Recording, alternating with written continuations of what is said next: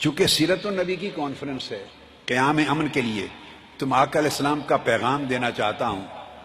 آپ فخر کریں، اللہ نے ہمیں ایسے برگزیدہ اور اعلیٰ و اولا نبی صلی اللہ علیہ وسلم کا غلام بنایا، جنہوں نے آخری زمانے تک ہر فتنے کا نام لے کر نشانیاں بتا بتا کر امت کو آگاہی دے دی۔ اب حدیث کوٹ کر رہا ہوں میں، حدیث پاک، امام بخاری کے شیخ ہیں، امام بخاری کے استاد امام نعیم بن حماد، ان کی حدیث کی کتاب ہے، جس کا مطلب یہ ہے کہ آج کی کوئی تازہ فیبریکیٹڈ چیز کوٹ نہیں کر رہا، 1200 سال قبل یہ حدیث کی کتاب مرتب ہوئی، اس کا نام ہے کتاب الفتن۔ حضور علیہ السلام نے جن جن فتنوں کی نشاندہی فرمائی، ان فتنوں کا ذکر کر کے کتاب حدیث کی مرتب کی۔ انہوں نے کتاب الفتن میں بیان کیا حضور علیہ السلام کی حدیث۔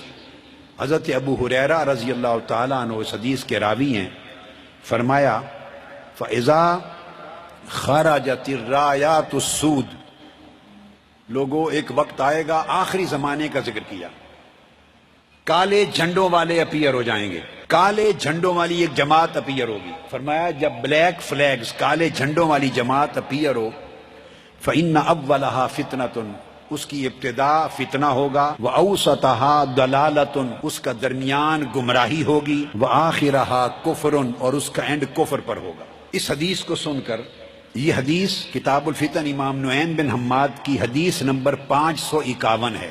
ممکن ہے آپ کے ذہن میں یہ خیال جائے کہ کالے جھنڈوں کا اور کالے جھنڈوں کی جماعت کا ذکر تو ہوا، کیا اس سے یہ بھی پتہ چلتا ہے کہ یہ جو دولہ اسلامیہ، اسلامک اسٹیٹ، آئیسس، یہ ان کا ذکر ہو رہا ہے؟ ممکن ہے اس سے مراد کوئی اور طبقہ ہو۔ اب اگلی حدیث کوٹ کرتا ہوں۔ اگلی حدیث کے راوی مولائے کائنات سیدنا مولا علی المرتضیٰ کرم اللہ وجہ الکریم خود ہے، اور جو حدیث اب کوٹ کر رہا ہوں اس حدیث کا نمبر 573 ہے، وہی کتاب الفتن امام نعیم بن حماد سیدنا مولا علی المرتضیٰ کرم اللہ وجہ الکریم۔ آپ فرماتے ہیں کہ حضور علیہ السلام نے فرمایا وہ کالے جھنڈوں والی جب جماعت اپیئر ہوگی تو ان کی کچھ نشانیاں سن لو۔ امت کو نشانیاں بتائیں۔ فرمایا قلوبہم کزبر الحدید، ان کے دل لوہے کی طرح، لوہے سے بھی زیادہ سخت ہوں گے، بڑے کہتے ہیں نا سنگ دل، یعنی پتھر کی طرح دل۔ فرمایا نہیں، لوہے سے بھی زیادہ سخت ان کے دل ہوں گے، اتنے ظالم خونخوار لوگ ہوں گے۔ اور آقا علیہ السلام نے فرمایا ہم اصحاب الدولہ، وہ کلیمنٹ ہوں گے کہ ہماری اسلامک اسٹیٹ ہے، ہماری الدولہ اسلامی، اصحاب الدولہ، وہ اسٹیٹ کے، اسلامک اسٹیٹ کے کلیمنٹ ہوں گے، دعوے دار ہوں گے۔ ان کے ٹائٹل میں الدولہ کا لفظ آج سے 1450 سال قبل حضور علیہ السلام نے بیان فرما دیا، یہ الدولہ ہے، اور الدولہ اسلامیہ ہی ہے نا، داعش، اسلامک اسٹیٹ۔ لا یفون بعہد ولا میثاق، انہیں کسی معاہدے کی پاسداری نہیں ہوگی، کسی ایگریمنٹ کا حیا نہیں ہوگا۔ یدعون الی الحق ولیسوا من اہلہ، وہ لوگوں کو حق کی، قرآن کی، اسلام کی بات کریں گے، دعوت دیں گے، مگر وہ اسلام والوں میں سے ہوں گے نہیں۔ فرمایا اسماؤہم الکنا، پھر ان کی پہچان یہ ہے کہ ان کے نام کنیت کے ساتھ ہوں گے، یعنی جب آپ ان کے ناموں کو دیکھنا چاہیں گے تو ان کے نام کنیت والے ہوں گے۔ اسماؤہم الکنا، وہ اپنے اصل نام ظاہر نہیں کریں گے، ابو فلاں ابو فلاں ابو فلاں، کنیت کے ساتھ ظاہر کریں گے۔ اب ان کے بانیوں کے سارے لیڈر داعش کے، ان کے نام کنیت کے ساتھ ہیں، کسی کو اصل نام معلوم نہیں دنیا میں۔ ابو بکر البغدادی، میں چند نام گن دیتا ہوں آپ، ابو عبد الرحمن البیلاوی، ابو بلال المشہدانی، ابو ایمن العراقی، ابو علی الانباری، ابو لقمان، ابو مصعب، ابو عمر قرداش، ابو ناصر، ابو علی، ابو انس، ابو عمر، ابو الاسیر، ابو جاسم، ابو لقمان، ابو جلال، ابو خلیفہ، ابو بصیر، ایک طویل فہرست ہے۔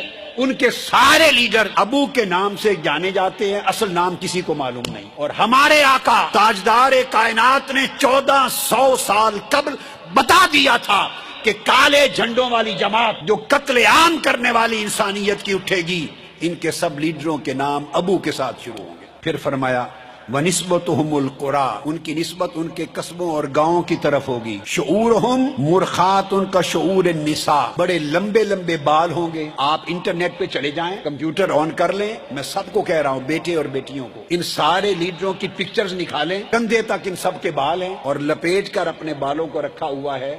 یہ پہلے لیڈر پیدا ہوئے ہیں اتنے لمبے بالوں والے. یہ مسلمان کلچر میں عورتوں کی طرح ان کے بال ہوں گے. اور پھر آقا علیہ السلام نے فرمایا کہ پھر آپ جا کے پکچر دیکھیں، جیسے اونٹ کی کوہان ہوتی ہے، اونٹ کی، اس طرح کپڑے سے اپنے سر اور منہ کو باندھ لیں گے اور کوہان لگے گی، اونٹ کو پتہ نہیں چلے گا کہ کون ہے. آپ انٹرنیٹ پہ چلے جائیں، ان کی تصویریں دیکھیں، سارے اس طرح نظر آئیں گے. حضرت قتادہ روایت کرتے ہیں ابو ذر غفاری رضی اللہ تعالیٰ عنہ سے، فرمایا اول الخراب بمصر، یہ جو فکر ہے امت میں خرابی پیدا کرنے کا مصر سے بھی شروع ہوگا. والعراق، پھر عراق کو اپنے گھیرے میں لے گا، اور اس کے بعد شام کو، سیریا کو گھیرے میں لے گا. اب بتا دیجئے کوئی شک رہ گیا ہے اس بات کا؟ ابو ہریرہ رضی اللہ تعالیٰ عنہ حدیث کی روایت کرتے ہیں، حدیث نمبر 676 ہے.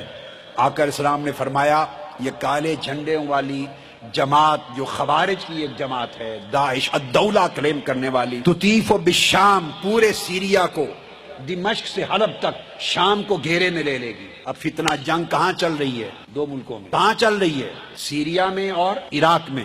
فرمایا تطیف بالشام، شام کو گھیرے میں لے لے گی، وتخشى بالعراق، اور پورے عراق کو اپنے احاطے میں لے لے گی یہ جنگ. آقا علیہ السلام نے ملکوں کے نام بتا دیے. شام کو گھیرے میں لے گی، عراق کو گھیرے میں لے گی، مصر کو برباد کرے گی. اور پھر حضور علیہ السلام نے نشانیاں بیان کی. تمام احادیث کو جمع کر کے نشانیوں کو بریفلی کوٹ کر رہا ہوں. فرمایا کالے جھنڈے ہوں گے، لوہے کی طرح سخت دل ہوں گے، الدولہ اسلامک اسٹیٹ کا کلیم کرنے والے ہوں گے. ظہورہم من بادیۃ العراق ونواحیہا، ان کی اپیئرنس عراق کے صحرائی علاقوں سے ہوگی. بادیۃ العراق، عراق کا جو ڈیزرٹ ایریا ہے، نواحی علاقہ اور صحرائی علاقہ، وہاں سے ایمرج کریں گے. پھر سیریا کو گھیرے میں لیں گے. اور فرمایا آقا علیہ السلام نے کہ ان کے سر اور بال اور چہرے کو یہ شکل دیں گے جیسے اونٹ کے کوہان ہوتی ہے، اس کو کپڑا پہنا دیا جاتا ہے. اور ان کا نعرہ ہوگا